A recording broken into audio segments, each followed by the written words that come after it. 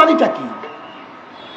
গণতন্ত্র ততক্ষণ প্রতিষ্ঠিত হবে না যতক্ষণ বিরোধী দল না থাকবে। আর বিরোধী দলের কাজটা কি আমাকে বলুন তো? সরকারি দল কি কি অন্যায় করে, কোন জায়গায় তার দুর্বলতা আছে সেটা ধরিয়ে দেওয়াই তো বিরোধী দলের কাজ। এই বিয়াক্ষরা জানি না, সব জাহেল, সব মূর্খের গোষ্ঠী। বিরোধী দলের কাজই হলো সরকারি দল বা বড় দলের কোন কোন জায়গায় দুর্বলতা আছে এটা জাতির সামনে উপস্থাপন করা। অমুক অমুক এই কাজ করছে, অমুক এই কাজ করছে, অমুক এই কাজ করছে, অমুক এই কাজ করছে, এটা ধরিয়ে দেওয়ার বিরোধী দলের কাজ। এই মঞ্চের কাজটা কি? এই মঞ্চের কাজটা কি? তৈলমর্দন করা। এই মঞ্চের কাজ হলো কে কে চাঁদাবাজি করে, ডাকাতি করে, গুন্ডামি করে, খুন করে, চুলন করে, দর্শন করে, তাদেরকে ধরিয়ে দেওয়া। এই মঞ্চের কাজই এইটা। এই মঞ্চের কাজটা কি? শুধু তৈলমর্দন করা, চাটুকারি করা, এদেশকে ধ্বংস করা, চক্রান্ত করা। এই কাজটা কি? 30 সালে কে কে গুন্ডামি করে, এই 30 সালে এরিয়ায় কে কে গুন্ডামি করে, মাস্তানি করে, চাঁদাবাজি করে, এদেরকে ধরিয়ে দেন। এই যে মঞ্চের কাজ, এই যে বিরোধী দলের কাজ। কিন্তু আমাদের জাহেলরা গণতন্ত্র গণতন্ত্র বলতে বলতে গলা শুকিয়ে ফেলে, কিন্তু গণতন্ত্র কি জিনিস তাই জানে না। আমি আমার বিএনপির মহাসচিব শ্রদ্ধা ভাজন ফখরুল ইসলাম আলমগীর ভাইকে বলবো, আপনাদেরকে জানান গণতন্ত্র মানেই হলো বিরোধী দলের দুর্বল জায়গাকে অ্যাটাক করা। কোন কোন জায়গায় কার দুর্বলতা আছে সেটা ধরিয়ে দিবে, উপস্থাপন করবে, জাতিকে জানিয়ে দিবে। মিথ্যা বলেন কেন? চরমনাই পীর সাহেব হুজুর কোন মিথ্যা কথা বলেছেন? তিনি কখন নেশা করেছেন? তিনি কি ভণ্ডামি করেছেন? আপনারই বলুন, এটা কি হয়? এটার নাম একটা, এটা দুর্নাম। কি বলেছেন? মিথ্যা বলে নেশা খায় পীর সাহেব চলে, মিথ্যা বলে নেশা খায়, এরকম স্লোগান পীর সাহেব চরমনের ব্যাপারে হয়। আমাকে বলেন কি মিথ্যা বলেছে? কোন বক্তব্য তারা মিথ্যা ছিল? আমি তো স্পষ্ট বলেছিলাম যে দেখেন, চাঁদা তুলে পল্টনে চলে যায় লন্ডন, এই বক্তব্য আমার না। আমি এই কথা স্পষ্ট বলেছি, এই বক্তব্য আমার না, মানুষে বলে। কাজে আপনার তো সংশোধন হওয়া দরকার, এটা আমার উদ্দেশ্য ছিল। আমি কে বক্তব্য দিয়েছি? আপনারা শুনেছেন এই বক্তব্য, আমি সেইটা বলেছি। আপনাদের ব্যাপারে এই বক্তব্য আসছে, আপনারা সংশোধন করেন।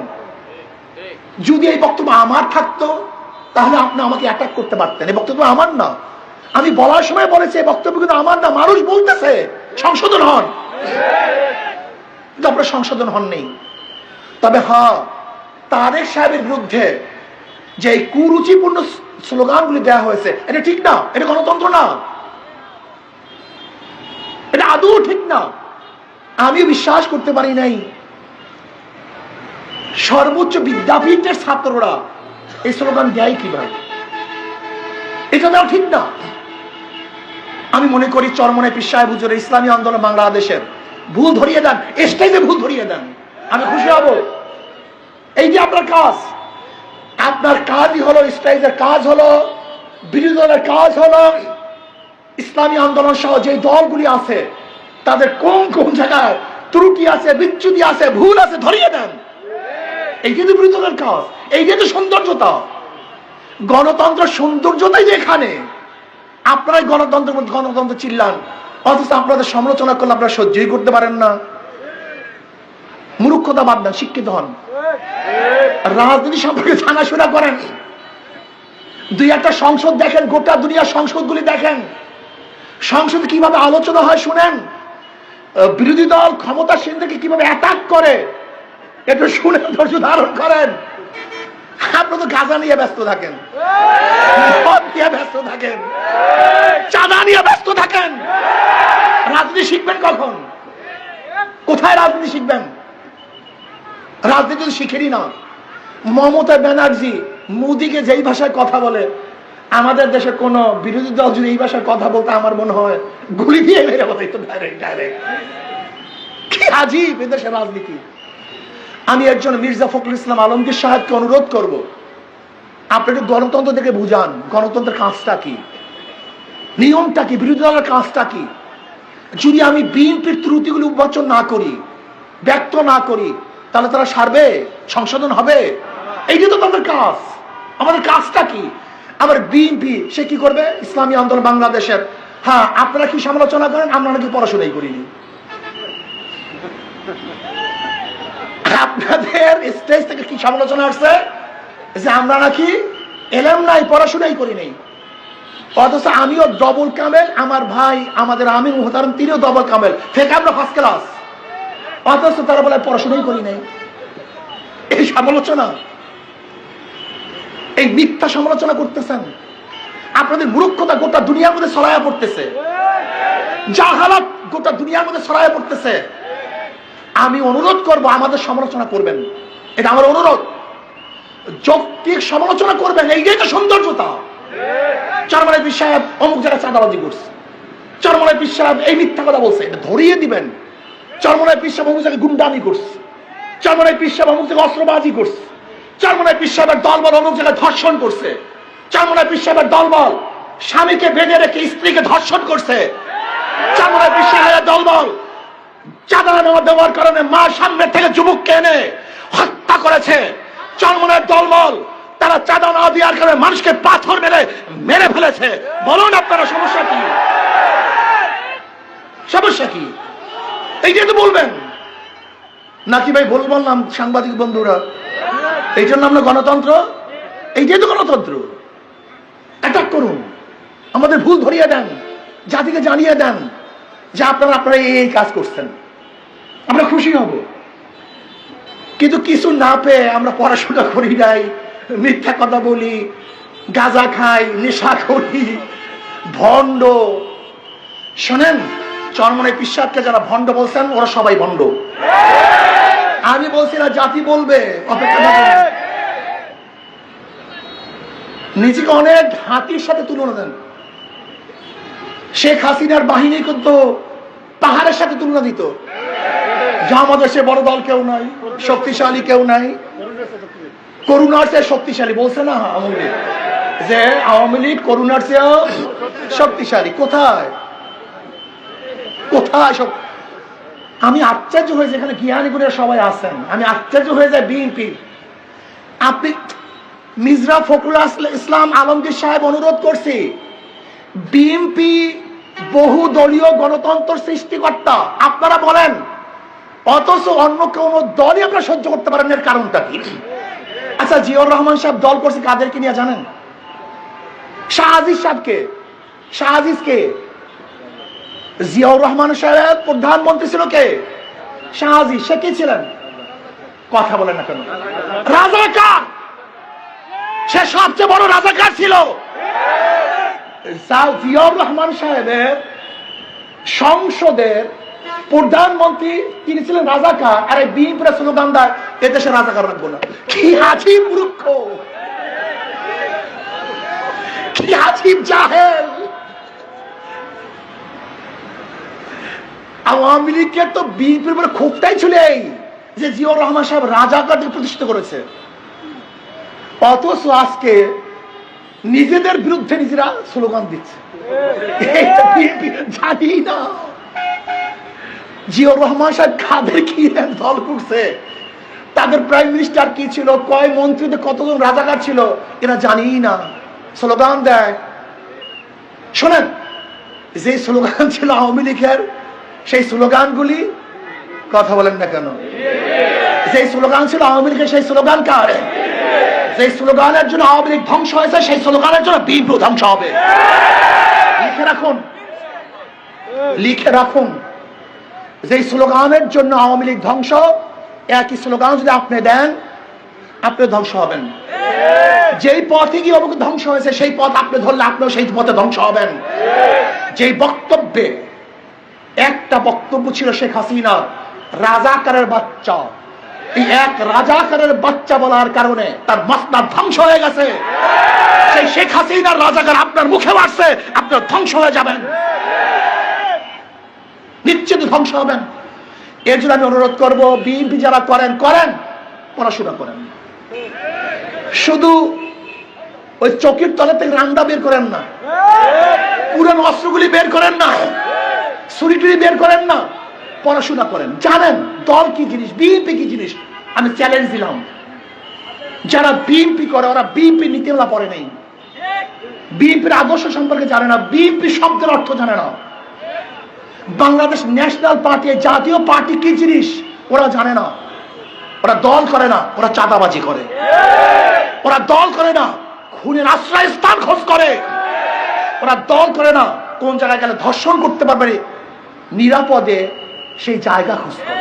ওরা দল করে না, আদর্শ নাই, নীতি নাই, চরিত্র নেই।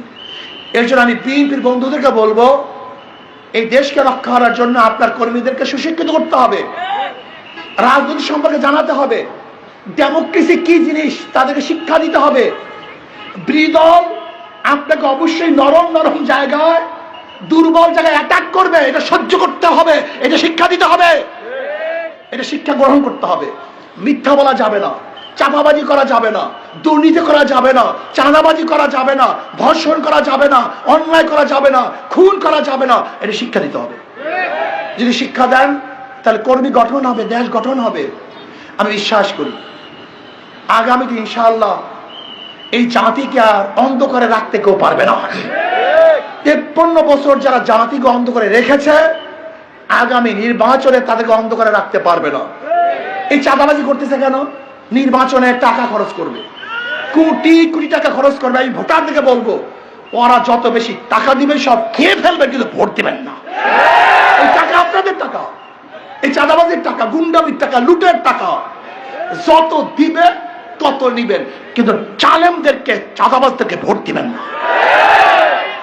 বলবেন আরো দাও, বলবেন আরো, আর নিচে 5,000 করে দিয়েছো মাত্র 500 টাকা। ওরা যেন প্রত্যেকটা ভোট কমপক্ষে 50,000 টাকা ক্রয় করে পারবে। যত দিবে তত নিবেন, কিন্তু কথা কয় না, ঘটনা যত দিবে, কিন্তু টাকা কাদের? কথা বলে না কেন? টাকা কাদের? যত টাকা দিবে তত নিবেন, কিন্তু যারা টাকা দিয়ে ভোট ক্রয় করবে মনে করবেন ওরা রাজনীতি করতে আসে না, ব্যবসা করার জন্য আসছে। ওদের ব্যবসায় হারিকান ধরাইয়া দিবেন, কি রাজি আছেন ইনশাআল্লাহ? জনগণ বাবারা, আমি গরিবদের আরেকটা কথা বলি, আমার বক্তব্য শেষ করব। ও বাবা, আমি তো আপনাদের আপন, ইসলাম তো আপনাদের সবচেয়ে আপন, ইসলাম তো আপনাদের মুক্তির জন্য এসছে। আমার নবী আলাইহিস সালাম কি বলেছেন জানেন? তিনি বলেছেন, আল্লাহ তুমি আমাদের গরিবদের সাথে রাখিও, গরিবদের সাথে মৃত্যু দিও, গরিবদের সাথে হাসর করিও। আমার নবী গরিবের পাগল, আর গরিবরা ইসলামের পাগল না। আপনি কি জানেন ইসলাম হুকুমাত হলে কি হবে? আগামী 5-10 বছরের মধ্যে প্রত্যেকটা গরিব দরিদ্র সীমার উপরে চলে যাবে। বর্তমানে পুঁজিবাদী অর্থনীতি ধনীকে ধনী বানায়, গরিবকে গরিব বানায়। আপনি যাবেন ব্যাংকে, ম্যানেজার সাহেব আমাকে 10 লক্ষ টাকা লোন দেন, ম্যানেজার সাহেব কি বলবে? মর্গেজ দেন। বলবেন আমি তো গরিব, কোথায় মর্গেজ পাবো, কোথায় টাকা পাবো, কোথায়? আপনার জন্য টাকা না, আপনার জন্য লোন না, যাদের আছে ব্যাংক তাকেই দেয়, যার নাই ব্যাংক তাকে দেয় না। অর্থাৎ ধনীকে ধনী বানায়, গরিবকে। বর্তমান পুঁজিবাদী অর্থনীতি 1000 বছর চললেও কোন গরিব ধনী হবে না। আর ইসলামের গোটা অর্থনীতি গরিবদের জন্য, যাকাত কাদের জন্য? গরিবদের জন্য। ফিতরা কাদের জন্য? গরিবদের জন্য। মানত কাদের জন্য? গরিবদের জন্য। ওসর কাদের জন্য? গরিবদের জন্য। দান কাদের জন্য? সবই গরিবদের জন্য। ইসলামের গোটা অর্থনীতি গরিবদের জন্য, কিন্তু কপাল পরা গরিবরা ইসলামকে পছন্দ করে না।